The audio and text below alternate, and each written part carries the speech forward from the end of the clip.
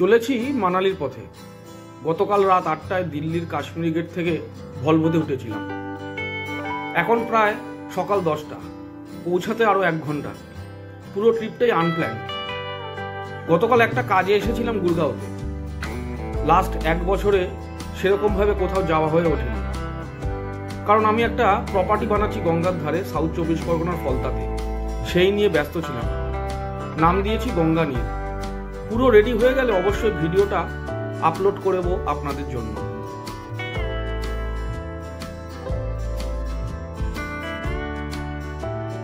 যাক, এবার আসি আমার মানালি ট্রিপের কথা। মান্ডি, অট, গুন্টুর হয়ে বাস চলেছে মানালির পথে। একটা কথা বলে রাখি, যারা তীর্থন ভ্যালি যেতে চান তাদের এই অট ক্রসিংয়ে নেমে আবার গাড়ি চেঞ্জ করতে হবে।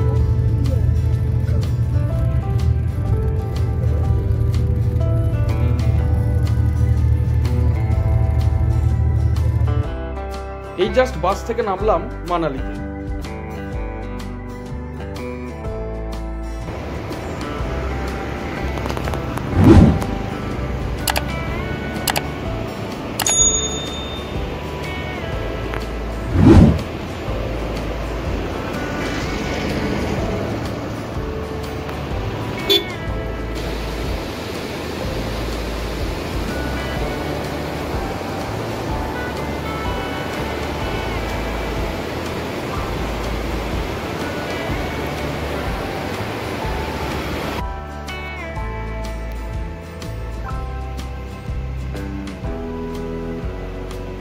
ভলভো বাস স্ট্যান্ড শহর থেকে অনেকটা দূরে।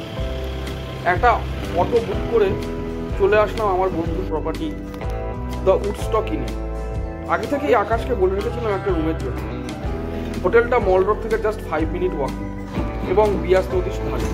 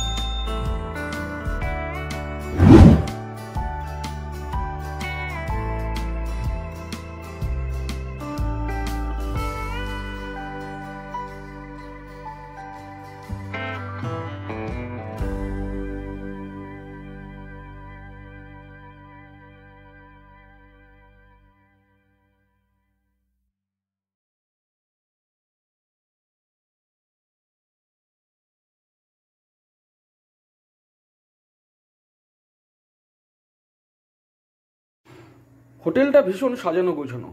18টা রুম আছে এখানে, 4টে প্রিমিয়াম এবং বাকিগুলো ডিলাক্স।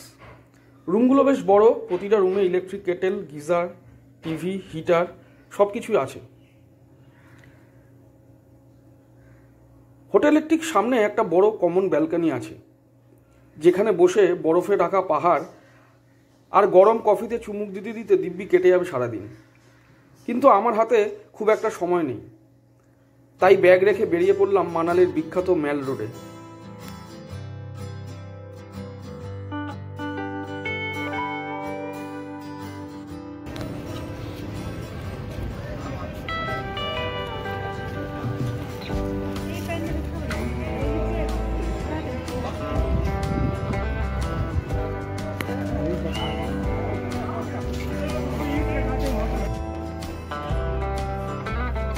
কথা বলে জানতে পারলাম 3 দিন আগেই মানালিতে স্নোফল হয়েছিল। সেই বরফই পড়ে আছে ম্যালের এদিকে সেদিকে অগোছালোভাবে।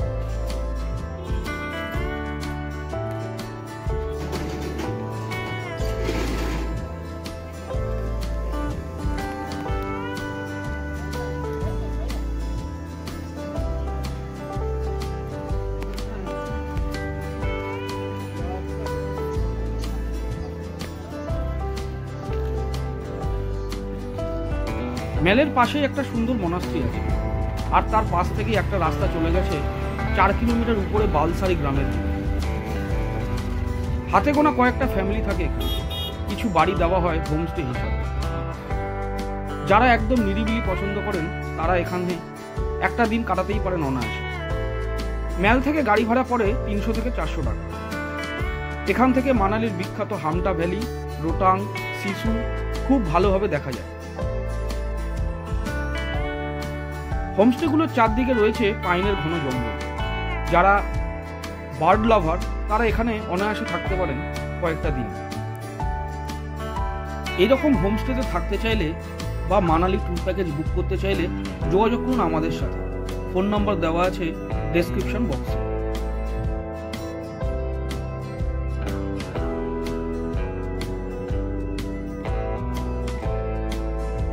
ওখান থেকে ফিরে হোটেলে লাঞ্চ করে চটজলদি বেরিয়ে পড়লাম সোলাংয়ের উদ্দেশ্যে।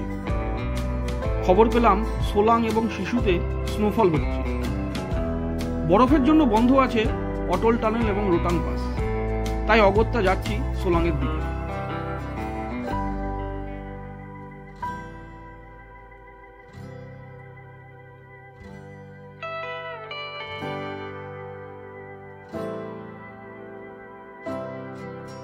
উপরে দেখা যাচ্ছে সোলাং ভ্যালি।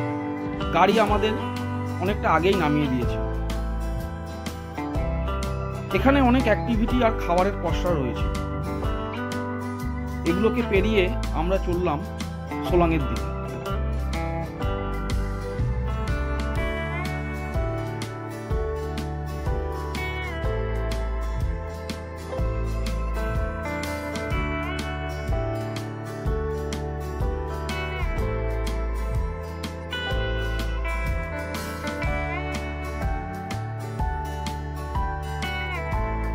সোলাং বিখ্যাত তার কিছু অ্যাডভেঞ্চার স্পোর্টস অ্যাক্টিভিটির জন্য, যেমন skiing, paragliding, horse riding, biking, যা সারা বছর অনেক পর্যটকদের আকর্ষণ করে এখানে। চাইলে আপনারাও ট্রাই করতে পারেন।